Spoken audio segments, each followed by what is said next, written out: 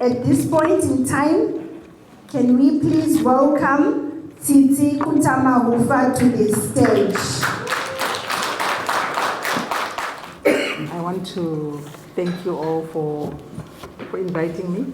I feel special. I feel very special. Oh, looking beautiful. I see some love. There's love in the room. I can sense some love. And we thank God because this institution is the one that God created with love. Amen. Thank you for the icebreaker. There is nothing under the sun that hasn't been said. We are just reminding ourselves because human mind has a tendency of forgetting. So we are here to remind each other. You know, at home when you've got a fire, you have to put in certain things, add in some firewood, add in some lighters so that the fire can go on. So this is what we are here to do. I'm not here to tell you rocket science about marriage. I'm just here to facilitate in encouraging each other. Right. Thank you, Neve, for opening, doing the groundwork. You made my life so easy.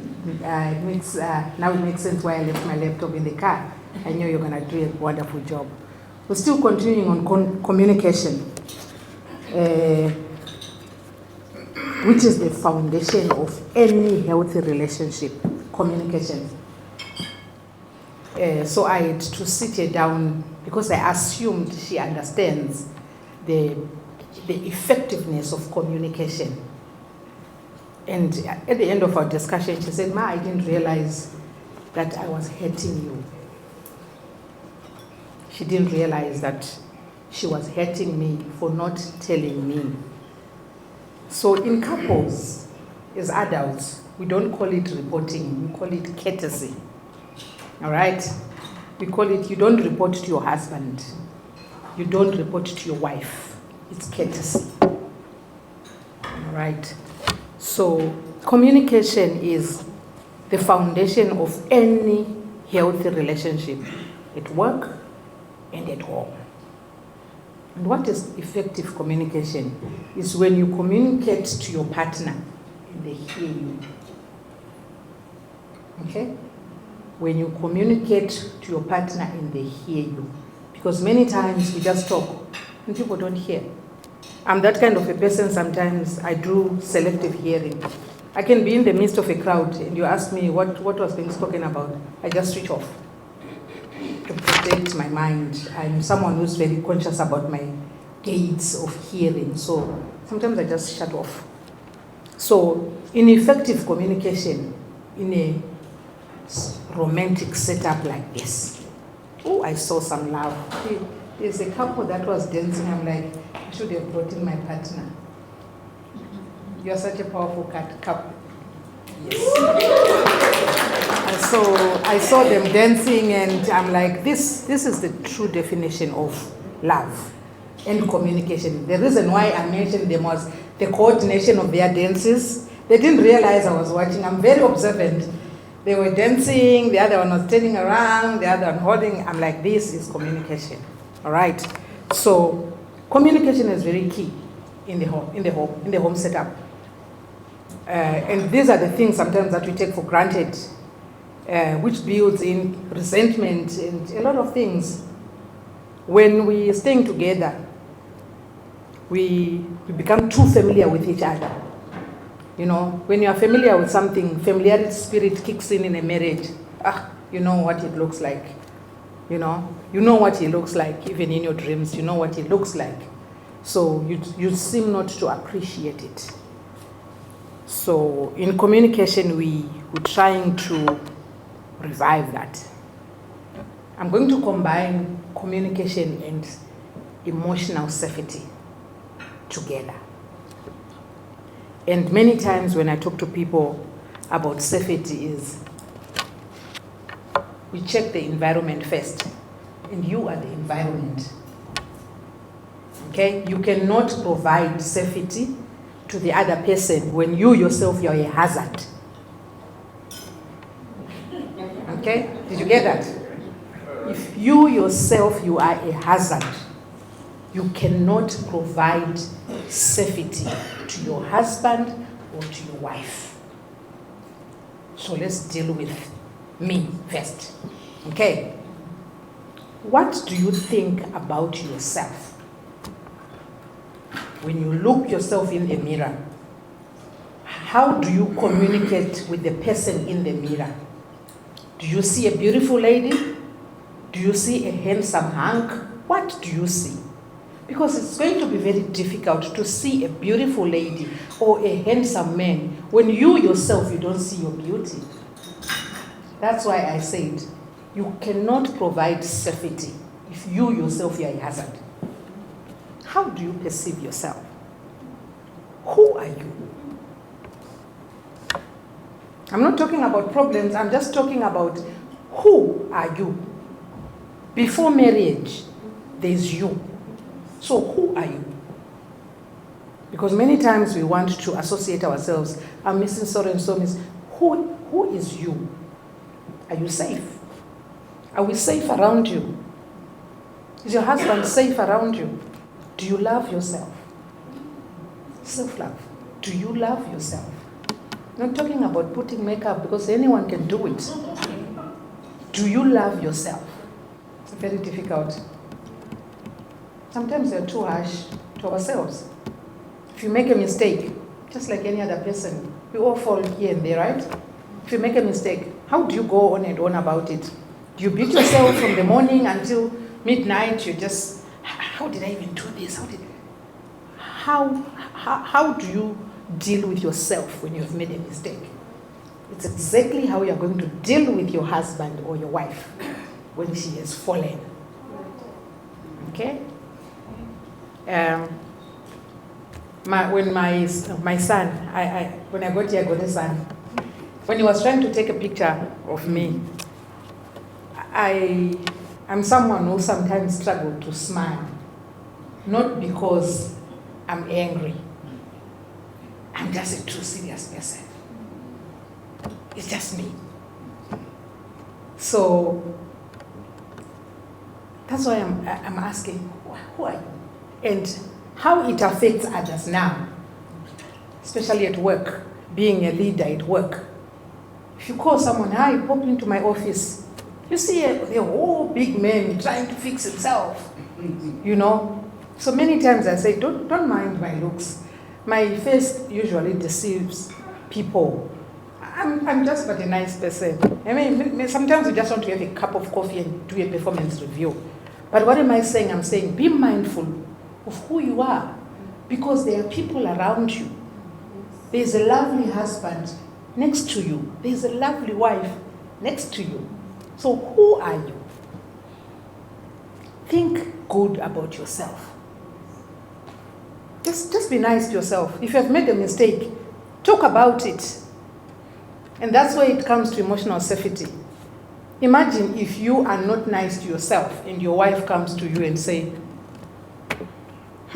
this is what happened at work. How are you going to respond to her? When you yourself, you are not even nice to yourself. You are the environment of any relationship, be it at work. It's only now people, when they know me, people who know me now know, you know what, she's okay. You don't know her. If a new person joins my team, how is she? How am I going to survive? They'll tell her, don't worry, she doesn't even bite. It's just who she is, amen. So, but I'm saying, it's something that I'm still working on it, because there are people around me. Yesterday I met a lady when I had gone for lunch, and I've got a tendency of greeting everyone. Hi, how are you? You know, and she just cried. She just cried. At first I thought, did I say something? Now I'm worried. I'm a black person. I'm the only black person in this shop. When people see a white person crying, they'll think maybe there's something that I did to her. She just cried. Are you okay? Then she started pouring. But what I'm saying is, it was the environment that I created for her to be able to pour out to me. She felt safe to pour her heart to me. What environment are you? Women, I know we hide behind hormones. I call it a demon because we all have hormones. You just come in the house chewing lemons. You just sad. I call it a demon where you just feel like you just want to be sad. If you are asked, what did I do? This poor man is now, he doesn't know what to do with you. Is it what I said in the morning? Is there something that happened in your dreams? They don't know what to do with you.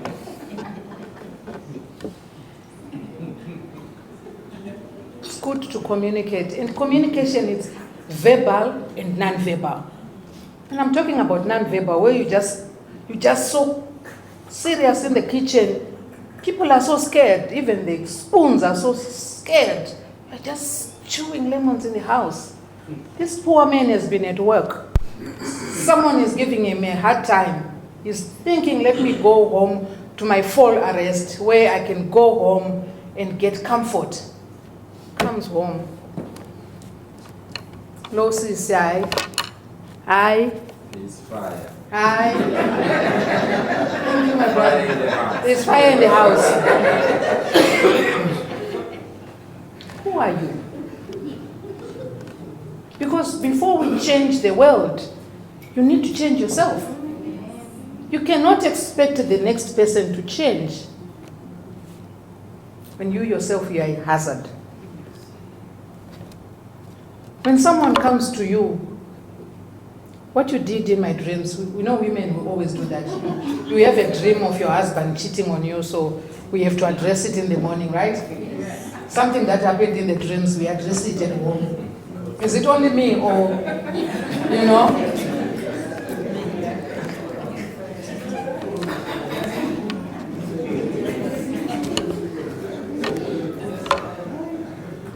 Hello?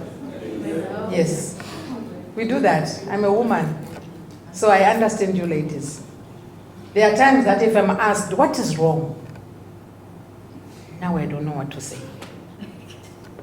Now I don't know. I'm touching there, I'm touching there, I'm touching there, I'm touching there. If I'm pushed in a corner, then I'll say, you know what? I'm over 40, you know these things, they do happen. You know, my hormones.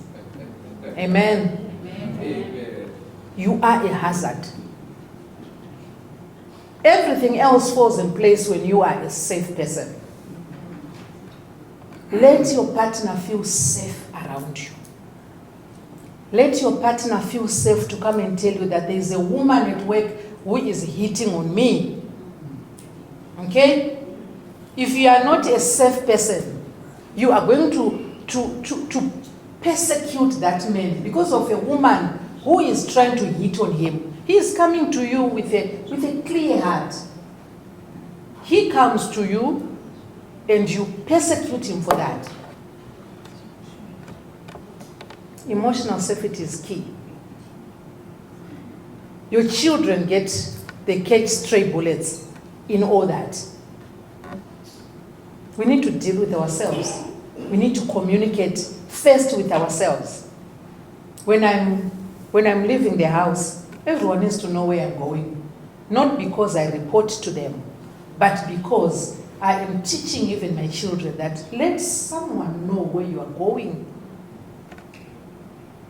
When I'm leaving the office, I tell my director, I'm off, I'm hitting the road. Is there anything that you need now or tomorrow morning which is urgent? Then he knows. I'm not reporting. It's courtesy. You just wake up, you just go. Your husband will have to guess, or your wife has to guess where you are. Has to phone you, oh, you were sleeping, that's why I left the house. Emotional safety is the root cause of all these other things that we are having. All these other things. If you are not a safe place for your partner, human beings, they do well in a safe environment. Okay? Right or wrong, they may choose to find another safe place.